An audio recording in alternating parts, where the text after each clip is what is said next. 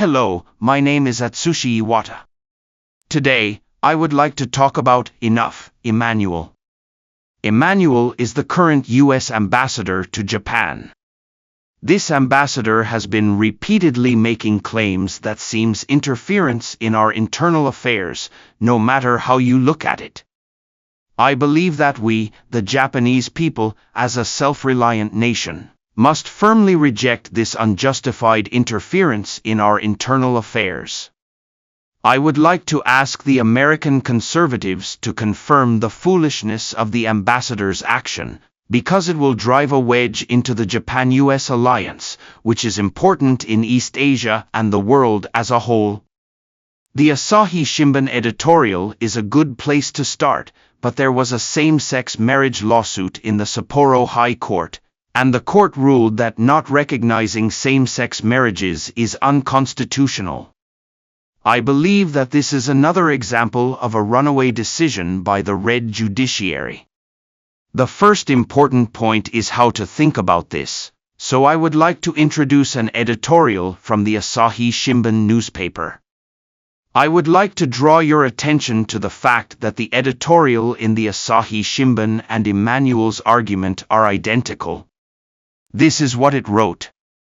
The Sapporo High Court ruled yesterday that the Civil Code and other provisions do not recognize that same-sex marriage violate Articles 14 and 24 of the Constitution, in the first High Court ruling on the issue of whether such provisions are compatible with the Constitution. And while the Sapporo District Court said that restriction of same-sex marriage was a violation of Article 14 of the Constitution, the High Court further said that it was a violation of Article 24. Article 14 of the Constitution of Japan states that all citizens are equal before the law and shall not be discriminated against in political, economic or social relations because of race, creed, sex, social status or family origin.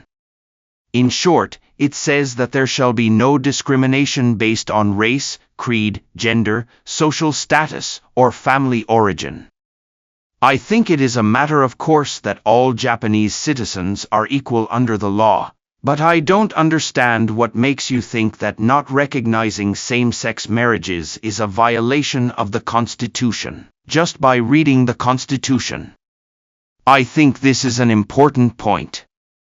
Even if one reads the Constitution, one interpretation after another is put forth that cannot be understood. And I have been arguing for a long time whether this is really the correct way for the people of Japan to interpret the Constitution. Then, interpretations that the Japanese people do not understand in ordinary Japanese are being put forward as if to say, this is normal. The most obvious example of this is the existence of the self-defense forces. If one reads Article 9 of the Constitution with an open mind, one would think that since it says that Japan must not possess military force, it is impossible for Japan to have a self-defense forces. However, the self-defense forces are allowed to have their own weapons after a special interpretation. I think this is a very strange situation. At the same time, I believe that constitutionalism is an important thing. In other words, it is necessary to control power through the Constitution. I agree with the basic idea of constitutionalism, that is, to use the Constitution to control power, because without something to bind power, power will run amok. However, if the interpretation of the Constitution is so unclear that it is difficult to understand even when reading the Japanese language, it is as if the interpretation of the law can be changed from one place to another, and that the constitutional principle will be hollowed out. I am extremely afraid of this. So what does Article 24 say? It now says, it shall be based solely on the consent of both sexes and shall be maintained through mutual cooperation on the basis that the couple has equal rights. Is it clear now? What it says here is that it is based on the agreement of both sexes. Both sexes. It doesn't say that they are of the same sex, but that both sexes, i.e., a man and a woman, must be present for marriage to be valid. If you read it with an open mind, you may think, well, this means that same-sex marriages will not be possible. It is a common interpretation of the Japanese language. But the constitutional scholars have a special interpretation and say, this both-sex clause does not exclude same-sex marriages. How can you say that the term both sexes does not exclude the same sex when it says both sexes, and there is nothing in the Constitution that says so? Furthermore, it says husband and wife. Husband and wife are husband and wife. So it is not husband and husband or wife and wife. Therefore, I think it is a natural interpretation of the Japanese language to say that same-sex marriage is not possible. The law says that the family must be established based on the essential equality of the two sexes. It is not saying that men are superior and women are inferior, or that women are superior and men are inferior, but that the two sexes are equal and this is equality. How can this be the basis for same-sex marriage? I would like to ask, are you sure about your interpretation of the Japanese language? And what it is saying with this vigor is that the Asahi Shimbun is questioning the responsibility of the Diet. They are saying that all the court decisions urge the Diet to take prompt action. The Asahi Shimbun poll conducted last February showed that 72% of respondents said that same-sex marriage should be recognized by law. Really? 72% or 70% of the public thinks that same-sex marriage should be recognized by law, but it doesn't look that way to me. Many people may be thinking, well, it would be nice if it were possible. However, I don't think they are thinking that far as to what kind of society they would like to see in the future. According to Asahi Shimbun, in terms of the partnership system, the population coverage rate exceeds 80%. Furthermore, we wonder if the LDP is unaware of the changes in society, which accepts the existence of same-sex couples as natural, and is unwilling to even begin discussions toward legalizing the system. The LDP is not riding the wave of the times. What I would like to say then is that the right of collective self-defense is a trend in the world. And it is recognized in the UN Charter. The Asahi Shimbun, which has been saying that only Japan should not have or exercise this right, seems to me to be cowardly to start saying, look, a percentage of the public is in favor of this right, only when it is convenient. Furthermore, the Asahi Shimbun puts it this way. Various systems are based on the premise of heterosexual marriage. It is time to start making consistent legislation as soon as possible. In other words, the Asahi Shimbun is strongly advocating the need to create a law that recognizes same-sex marriage as an institution as soon as possible. I think there are some major problems with this issue. One of them is that the Constitution must be written in Japanese so that people who have graduated from elementary school, or junior high school, or who have completed their compulsory education can read it and be convinced that that's what it means. I think it is necessary to write in Japanese so that people who have completed their compulsory education can read it and understand it. I do not think it is good to have a situation in which, when interpreted by special jurists or by the judiciary, the text of this article says, is written in such a way that it is impossible to believe that such a thing is written here. I think it is not good. If you want to recognize same-sex marriages, I think it would be better if you appeal for a constitutional amendment in a fair and honest manner. If the public really believes that a constitutional amendment is necessary to allow same-sex marriages, then this amendment will be realized.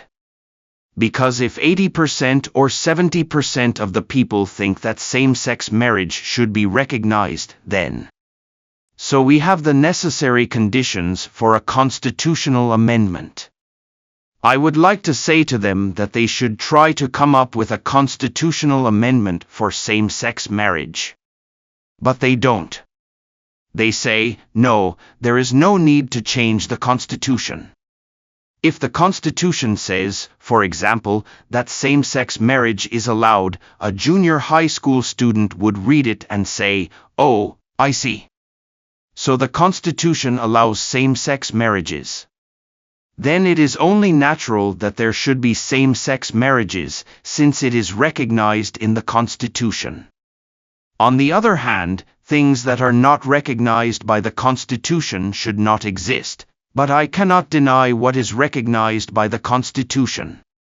Furthermore, I think it is also a question of whether or not the respondents answered this questionnaire with a deep consideration of the issue of same-sex marriage. In other words, rather than simply conducting a survey, if they still believe that same-sex marriage is necessary even after amending the Constitution, then they should do so. However, they do not make such an argument. They must be thinking this in their own minds.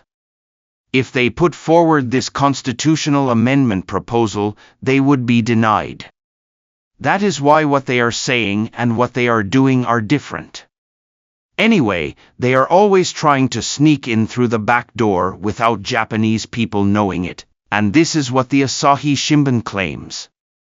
It is Emanuel's post that says exactly the same thing. A journey of 1,000 miles begins with a single step. Glad to see the Tokyo court making one more step today towards #marriage equality in all of Japan. The Tokyo court joins the Sapporo, Nagoya, and Fukuoka courts in favor of a more inclusive Japan. He says the Tokyo District Court is saying that it supports Japan becoming more inclusive, as do the district courts in Sapporo, Nagoya, and Fukuoka. First of all, don't you think that making one more step is a very superior expression? It is not an equal relationship between the two countries. He thinks, I know which way is the right way for your country. And then, oh, Japanese people, you finally took another step in the right direction, good. I am not happy at all that you praised me. If you are saying that same-sex marriage has been realized through constitutional amendment among the Japanese people, then it is Japan's decision, so it is not something that should be said to foreign countries.